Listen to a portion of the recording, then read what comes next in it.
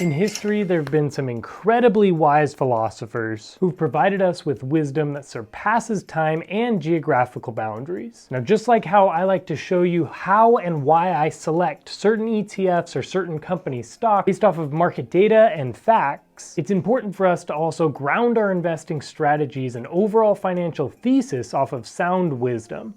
I've selected a couple quotes from ancient philosophers that I believe will change your life if you let them. Now, this video might be a little different than my normal investing video, but it could be the most important video that you watch.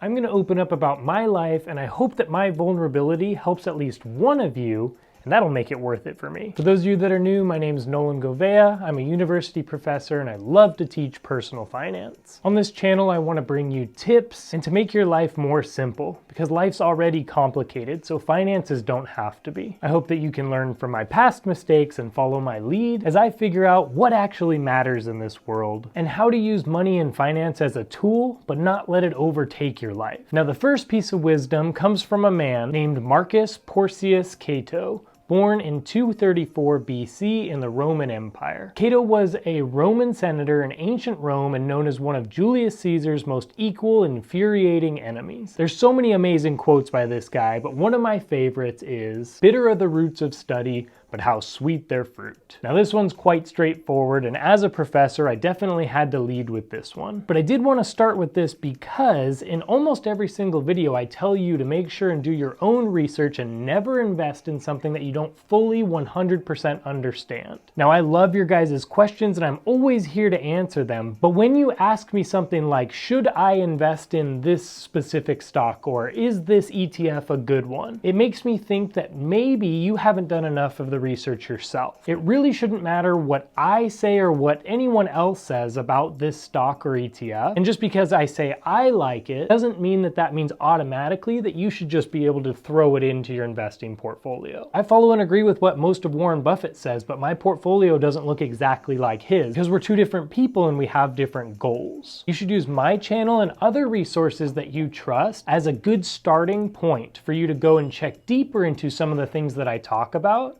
But ultimately, you need to make the choice for yourself and what's best for you and possibly for your family. So bitter are those roots of study, but I promise you, after you've done all the research and you know exactly what you're getting yourself into, that fruit's gonna be super sweet. This next quote comes from a man named Seneca, who at one point was one of the richest people in the Roman Empire. And this quote has to do with the whole reason as to why you might be investing in something. There are different reasons to invest, such as retirement, cash flow through passive income, and 10 years versus 20 years, investing for your child's college fund, and etc. The quote here is, "If a man knows not to which port he sails, no wind is favorable." This is just so important to understand because there's no one size fits all for investing. Similarly to point number one, you need to understand fully what investment that you're considering, but not just what, also why, and for what purpose are you investing. If you want to use this money in 10 years versus if you want to use this money possibly in 30 years, you may need to adjust what you're investing in order to hit that desired goal. This may be something like investing in something a little more risky versus less risky, so maybe something like growth stocks versus value stocks.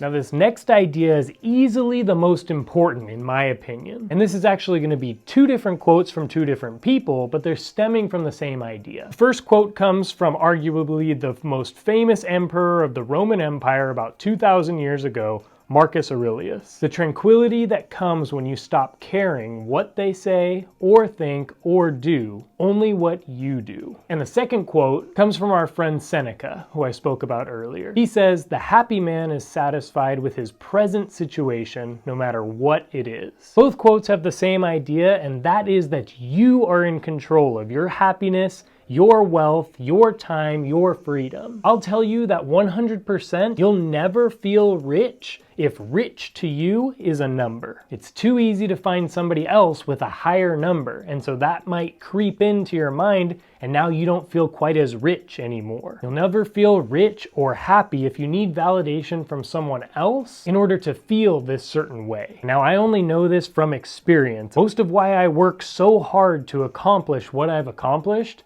is because I cared about what other people thought. In my mind, I wanted to wow people and I wanted to impress them and show them that I could do so much. But this is why I hit my audacious goals and financial benchmarks, but still didn't feel happy and definitely was not content. And all the while, I felt like something was missing. And there was something missing because I never did this really for me, but rather for others' view of me. And that's somewhat embarrassing for me to say out loud right now, that most of my decisions and things that I've done up until now have been ego-driven, but I'm happy that I'm starting to become more self-aware, and it's really helping me along this journey of what it actually means to be rich, and definitely what it means to be happy. Now, last year when I really started this journey, and I decided that I was actually going to drop a couple of things because they're getting in the way of me being present and me being content, I felt a huge weight lifted off my shoulders. At the end of last year, I actually cut a full-time position that was a revenue stream that was bringing in 6 figures. But I knew that I had to do that in order to really commit to this new life change. And I'll tell you that that decision was one of the best decisions that I've ever made. So it's not about what they think or what they say or what they do, it's about what you do. It's about what I did.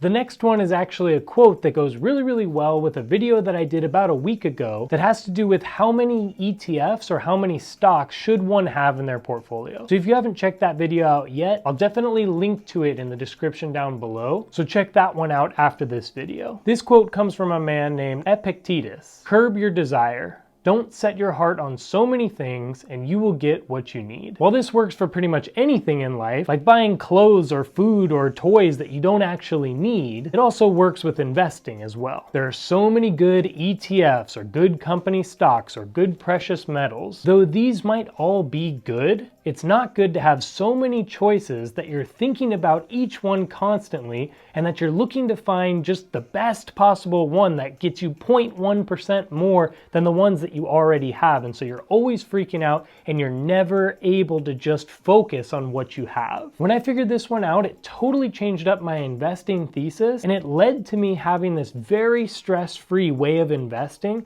while also getting returns that honestly have been better than a lot of people that are picking individual stocks or picking something new every couple months. This is ultimately why I named this channel Investing Simplified and even made a channel that really just centers around this one thing. That you can simplify investing, it doesn't need to be crazy. And in the Patreon group that we have, we talk often about keeping it simple and helping keep each other accountable on the most important parts and aspects of investing, which is consistency and keeping emotions at bay. And actually, if you'd like to join a solid community to help ignite and supercharge your investing, please join us at only $20 per month, and you'll get to partake in live Zoom discussions and unlimited DMs to me to help answer burning questions. But yes, basically in investing, keep your selection size smaller and actually go deeper into each one of those investments rather than going wider, having hundreds of different picks, but then only being able to go very shallow and only put a couple dollars in each one. You'll need to take seriously the first one that we talked about, which is all about research. And what I recommend is that you research deep for a long period of time so that you can figure out the best ones and then just trust that research whether the market's up or down like I do, because it's all about time in the market, not timing the market. And that includes picking new stocks just because other ones are down. The next quote comes from our friend Seneca again, and make sure you stick around to the end of this video as I give you 3 actionable items that I want you to do as soon as this video is done. Seneca says, you ask what is the proper limit to a person's wealth. First, having what is essential.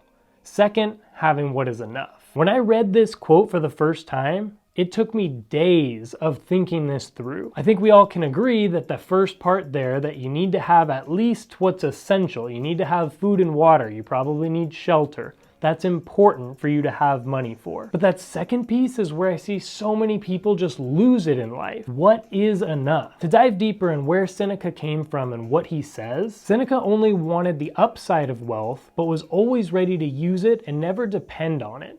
He was a master of it, not its slave.